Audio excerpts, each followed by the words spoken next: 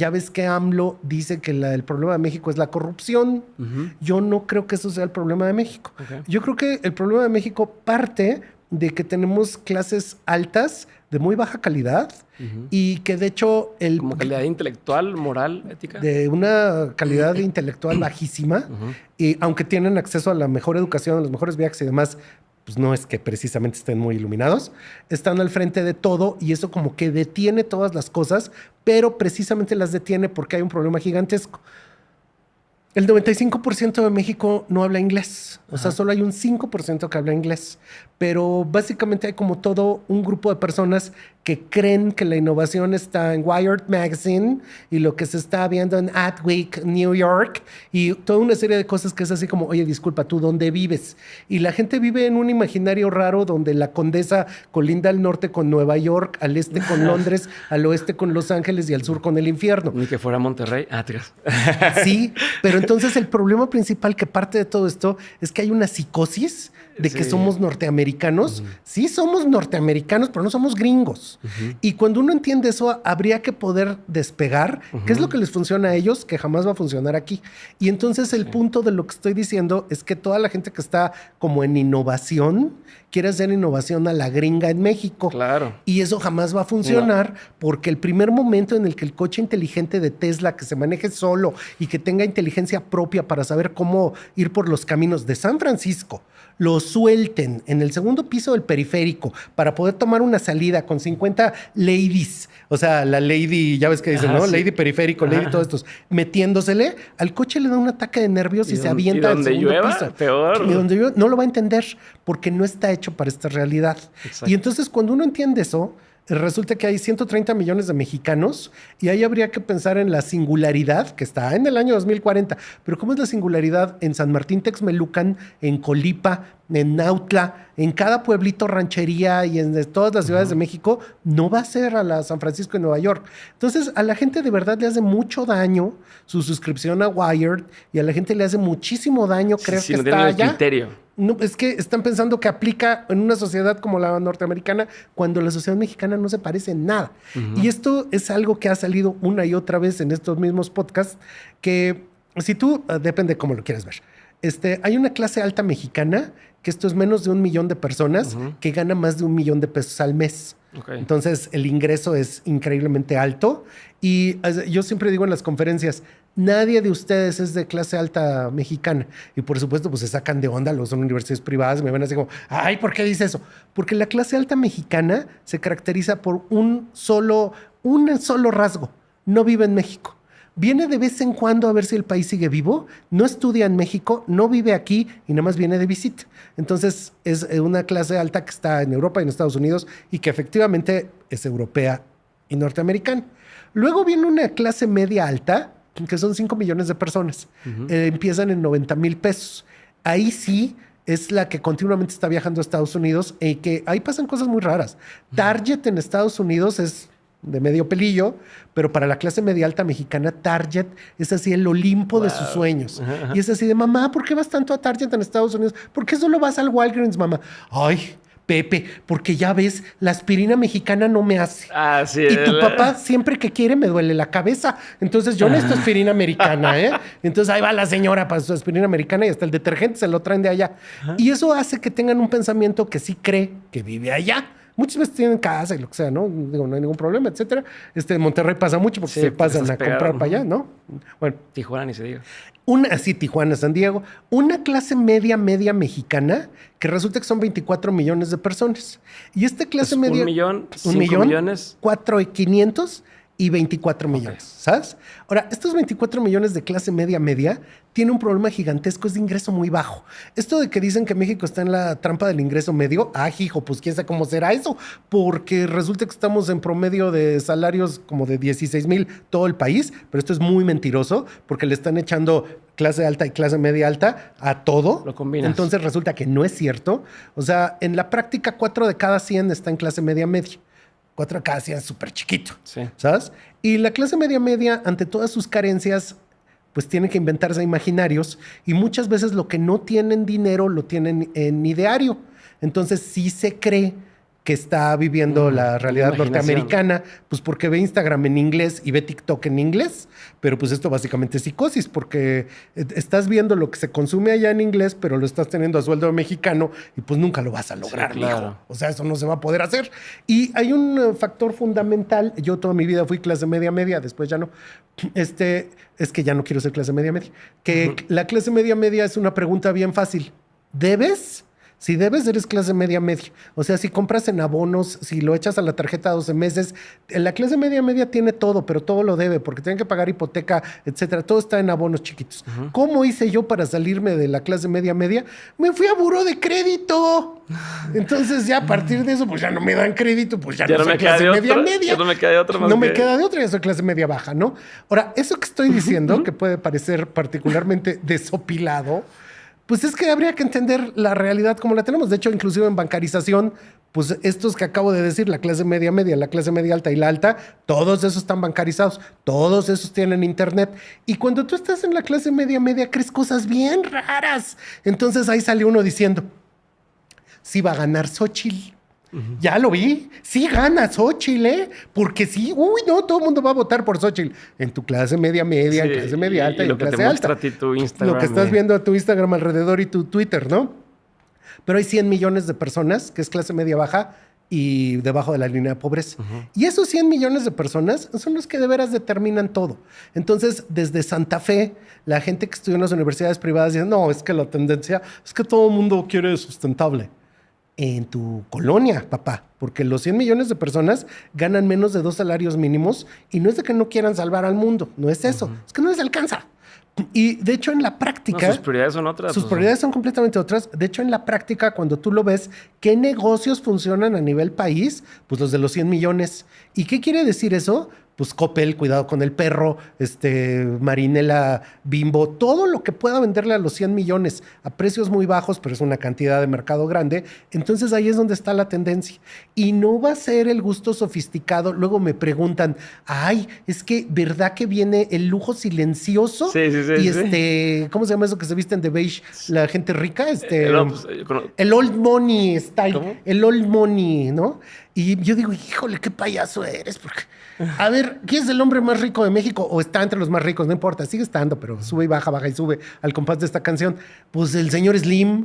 Ahora, el señor Slim nació en mi cuadra. Y como nació en mi cuadra el señor Slim, mira, yo te lo juro, porque yo vivo ahí en la Merced, pues ahí todos están jodidos. ¿Eh? Entonces, el señor Slim nació pobre. Y en su vida, él estudió en la UNAM y luego se echó ahí unos, pues no sé, especialización de lo que sea en el Poli. Y es el hombre más rico del mundo. Old Money, él es primera generación. Y tú ves los 10 primeros más ricos de México, y sí hay algunos que heredaron, pero de los 10 primeros en México, 7 son de primera generación. Entonces aquí no hay old money. Y cuando empiezas a entender esas lógicas, te das cuenta que no estamos... No, y además, en México particularmente, esta gente rica en muchas ocasiones fue a través de una concesión o fue a través de un acuerdo. O sea, sí, claro, tiene mano de gobierno, ¿no? Sí. Hubo ahí alguna cosa que dices, bueno, está bien, después lo trabajaron, lo que tú quieras, y gracias a esto hay mucho de lo que pasó. Pero el cómo llegaron a eso es diferente a como pasó en Estados Unidos con Benjamin Franklin o... Exactamente. O sea, personajes así que fueron incluso desde la invención y luego de ahí fueron hasta a veces altruistas, a veces hicieron cosas por universidades. O sea, como es otro el esquema y la aspiración. Completamente diferente. Entonces, fíjate que en el siglo XIX... particularmente hubo un señor que estaba en París y a él le dio por ir a ver pues, qué estaban presentando Charles Frederick Worth y los modistas de ese tiempo. Y él iba y dibujaba todo lo que veía. Y pues veía las telas que estaban sacando e iba a la parisina, pero a la parisina de París. Y recortaba un cachito de la tela y se hacía unos libros. Entonces agarraba su barco y llegando a Nueva York, nada más bajándose del barco, ahí ya estaban los de Macy's, los de Bloomingdale's y todos. Y trae el libro de tendencias y él les vendía la tendencia del año que entra, porque su teoría era que lo que se había visto en París se iba a ver en Nueva York el año que entra. Entonces ya vendía sus libros, se regresaba y hacía más libros, ¿no? Resulta que en los Estados Unidos, en la Segunda Guerra Mundial, ya pasa todo, la primera bomba atómica, etcétera, y pues empieza la détente. La detente es yo no te ataco porque si yo te ataco, tú me atacas. Si tú tienes armas nucleares y yo tengo armas nucleares. Entonces, un día el presidente Johnson le dice a toda su gente, a ver, oigan, ¿qué pasa si yo hago una guerra nuclear? Y pues todo el mundo ahí dice, no, eso no se puede pensar, señor. No, pues como una guerra nuclear, no, cálmese. O sea, ¿de qué se trata? Pues no se puede. Y un gordito que estaba ahí, que se llamaba Herman Kahn, dice, yo lo calculo. Denme un tiempecito y calculo esto.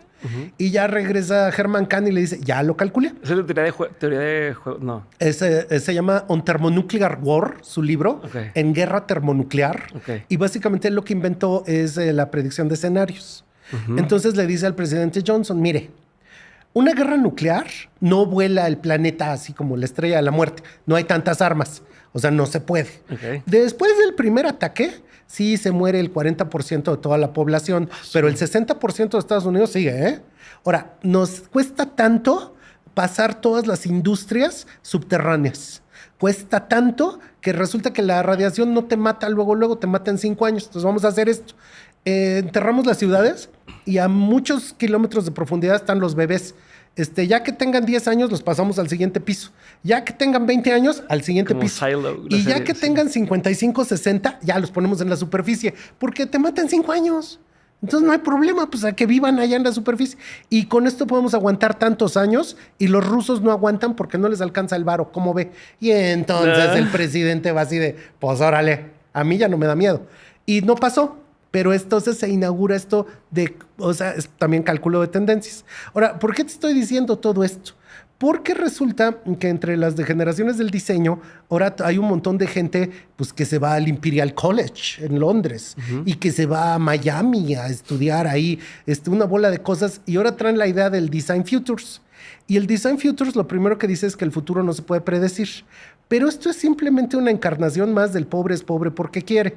Porque es que el futuro no se puede predecir. Claro que no se puede predecir. A la gente que vive en las ciudades americanas, donde la economía es 21 veces más grande que la economía mexicana, y hay movilidad social. Ahora bien, en México es uno de los países que tiene menos movilidad social. Sí, claro. Lo cual quiere decir que el que nace pobre se muere pobre y el que nace rico, aunque pase por 3 divorcios y 2 oceánicas, se sigue muriendo rico. Sí. Porque no importa. De hecho, va a Oceánica y conoce a otra gente para hacer otro negocio. Se hacen compas y hacen negocios. Más dinero. No hay manera de perder, ¿sabes? Entonces, en eso, si le resulta que México es un país que no tiene movilidad social, que la economía no se mueve y que realmente no hay esta posibilidad de que el futuro esté indeterminado. Eso de que el futuro esté indeterminado básicamente es casi que frase de la Constitución gringa. O sea, the pursuit of happiness y el sueño americano. No puede pasar aquí. Sí. Entonces, ¿cómo va a ser el resto del siglo mexicano? ¿Va a haber una gran movilidad social? No. Vamos a sacar a millones y millones, a esos 100 millones que tenemos en clase media baja y en clase baja los vamos a sacar, no se va a poder porque no hay la estructura, o sea, sí se puede predecir. Y en esto que ellos dicen que el futuro no se puede predecir porque el pobre es pobre porque quiere, básicamente es como buenahondismo mezclado con una idea de que estamos en el primer mundo cuando no lo estamos. Y resulta que en estas sociedades hay muchas cosas que son perfectamente predecibles porque lo que está pasando ahorita ya pasó antes y pasó todavía antes. Entonces, una de las cosas que a mí me llama la atención es que cuando tú ves el puente de Brooklyn o los gigantescos puentes que salen de Nueva York, esos se hicieron en la era de vapor. Sí. Y resulta que cuando se estaban construyendo esos puentes, aquellos ya estaban en revolución industrial y aquí en México apenas, o sea, ¿qué gran obra hay del mismo año que el puente de Brooklyn en México? Ah, pues la de ese lunar que tiene cielito lindo junto a tu boca. Porque aquí nosotros siempre nos perdemos en el bembé, en la fiesta y en el pleito liberales conservadores. Ahí seguimos. Y entonces no se hacen grandes obras, no se está construyendo, porque eso es parte de la idiosincrasia local. Porque lleva tiempo, y el tiempo que lleva no es suficiente para que se lo adjudique un político. Lleva impulso, sí, y no se lo puede adjudicar un político, entonces no va a haber esas obras. Entonces no lo voy a hacer, para que hago eso que se va a tardar 10 años en construir o lo que sea, si yo no me va a tocar a mí el aplauso. A mí particularmente una cosa que me parece muy interesante es que haz de cuenta que yo a todos los muchachos que trabajan en Trendo tienen el seguro de gastos médicos mayores, que es muy barato porque son muy jóvenes. Y en cambio mi seguro de gastos médicos mayores es increíblemente caro porque es seguro que ya estoy en la edad de usarlo, ¿no? Y esa es una forma de predicción del futuro. O sea, resulta que las compañías aseguradoras saben que alguien que tiene 21 no le va a pasar nada. Sí. O sea, asegúralo por los millones que quieras, dame poquito dinero, porque lo más seguro es que no le pase nada. Y en cambio a la gente vieja sí le va a pasar. Sí, es más probable, entonces, es más constante. Ahí de actuario, de notario, de acta matemática, lo que tú quieras, entonces resulta que se puede predecir. Y esa idea de poder predecir en los futuros, entonces resulta que ellos dicen que no se puede y entonces se vuelve plenamente especulativo en una Poliana. Poliana es este personaje que existe en Estados Unidos, que es alguien que es súper optimista. Y esta gente se vuelve súper optimista contando unas historias increíbles. Es que en el futuro la educación, bueno, la inteligencia artificial va a estar, va a revolucionar la educación. Oye, disculpa, y el sindicato de maestros, y el Bester Gordillo, y la CNT. Que no hay computadoras. Y no hay computadoras. Y la realidad educativa en México, ¿de verdad estás hablando de cómo es el futuro de la educación? No estás entendiendo nada. Porque tendrías que ver de verdad cómo está ahorita el libro de la SEP, cómo quitaron el libro de matemáticas, y extrapólalo 20 años, y a ver si tenemos educación tecnológica para el nearshoring de dentro de 20 años. No va a pasar. Aunque tú digas que en el futuro no se puede predecir y hay probable, plausible, perfectible, preferente y todas esas payasadas, no es cierto. Entonces, una parte fundamental de esto es ver realmente cómo se comporta el mercado. Es un poco hoy como decir, para poderlo extrapolar. Desde RH, que vamos a cambiar la empresa y no sé qué, pero pues el director sigue sin decidir que sí quiere hacer lo que tú estás diciendo, ¿no? Entonces no va a cambiar. Tú podrás, yo podré estudiar y decir, ok, en mi imaginario México se va a ver así, tal, pero ¿quién va a ejecutar que eso realmente pase para que se den las condiciones de tal? ¿Sí? Sigues poniendo... No va a pasar. Y ahí, pues, curiosamente, Calderón, así como que en los últimos 3 meses de su gobierno, hizo un estudio que se llama México 2030. Ahorita ya nada más faltan 5 años para México 2030. Y ahí dice que en el 2030 todos los mexicanos, sean chiquitos o sean grandotes, van a ganar 50,000 pesos al mes. Faltan 4 años, ¿a poco va a pasar? No. Pues claro que no va a pasar, ¿no? Y el presidente Peña Nieto, cuando entró, la iniciativa privada le entregó un estudio que se llamaba México 2042. Sí. Y básicamente le dijeron, mire, señor Peña Nieto, si usted toma este camino, México riquísimo, ¿eh? Si usted toma como el que va, México chafón. Pero si usted toma México se hunde. Y siempre todas las decisiones que están tomando de ese entonces para ahorita es el de en medio o el de abajo. Nunca fueron las recomendaciones del de arriba. Entonces, ¿cuál preferible, cuál posible, cuál plausible? Una Poliana que está pronosticando que todo va a salir bien, está profundamente equivocada. De hecho, tampoco es de que pronostiquemos la distopia total. Pero básicamente yo siento que hasta como de test de inteligencia, de esa gente que lee los Atomic Habits, hay 2 palabras que demuestran una inteligencia muy baja, que es posverdad y policrisis. Porque es que ahora dicen que la policrisis... A ver, disculpa. A mí no me ha tocado escuchar eso. No, todo el mundo de innovación dice payasadas. A ver, disculpe, policrisis... A ver, ¿a qué se refiere? A toda una serie de vertientes en las cuales la crisis ecológica, la crisis económica, la crisis ambiental están confluyendo en un escenario de crisis. ¿Y tú cómo crees que era 1933 cuando ya se veía que venía la Segunda Guerra Mundial? ¿Y tú cómo crees que se veía 1914? ¿Y tú cómo crees que se veía 1966 con la Guerra de Vietnam? ¿Y tú cómo crees que se veían las crisis internas del PRI durante todo el siglo XX? ¿Y tú cómo crees que... En esencia, una crisis XXI? es muchas cosas al mismo... O sea... Es que ni aguantan nada. Ay, que la policrisis. Siempre hay policrisis. O sea, yo mismo tengo, gracias a Trendo, yo tengo dinero para vivir el resto de mi vida, siempre y cuando me muera en los siguientes 10 días. ¿Sabes? Entonces, en el momento que yo deje de trabajar, pues ya está la policrisis. O sea, yo no puedo descansar nunca. Hay que trabajar, no hay que descansar. Pum, pum. Entonces, resulta que en el momento en que yo bajara la guardia, se desata los demonios. Y eso de la posverdad, pues yo trabajaba en el Centro de la Imagen. Y en los años 90 ya tuvimos exposiciones donde Stalin borraba fotos a los que le caían gordos, pues los borraban de la foto, porque ya los habían desaparecido y pues ya no existían. ¿Dónde está la foto? ¿No? Y resulta que todo eso... Ahorita con inteligencia artificial y pero la foto siempre mintió. Toda la fotografía es básicamente el arte de la mentira disfrazado del arte de la verdad. Entonces eso de decir que ahorita, porque se puede manipular la imagen digitalmente de posverdad, pues no. O sea, no es la posverdad, es el posno. Porque resulta que eso siempre fue, pero la gente es tan inocente no es cierto, que pues creyó yo puedo que tomar le una decían la foto verdad. con un carro y que piensen que es mío y es un carro que viene en la calle y no tuve que tener inteligencia artificial. Sí, claro, desde el punto de o vista... El saludo a los presidentes como que son amigos y puro pedo. Hasta cómo te lo cuento. Y entonces resulta que es como muy inocente, pero otra vez es así como, es que yo vivo en Estados Unidos y a mí nadie me miente porque el Washington Post y el New York Times jamás mienten. ¡Ay, por favor! O sea, te miente igual el Washington Post y el New York Times de lo que te puede mentir la prensa y la jornada del milenio. O sea, es como un poco... Es que vivimos bajo ciertas reglas allá que no aplican acá. No, papá, vives aquí en México. Y acostúmbrate que vives aquí en México y deja de leer esas cosas raras que te están haciendo mucho daño. ¿sabes? Okay.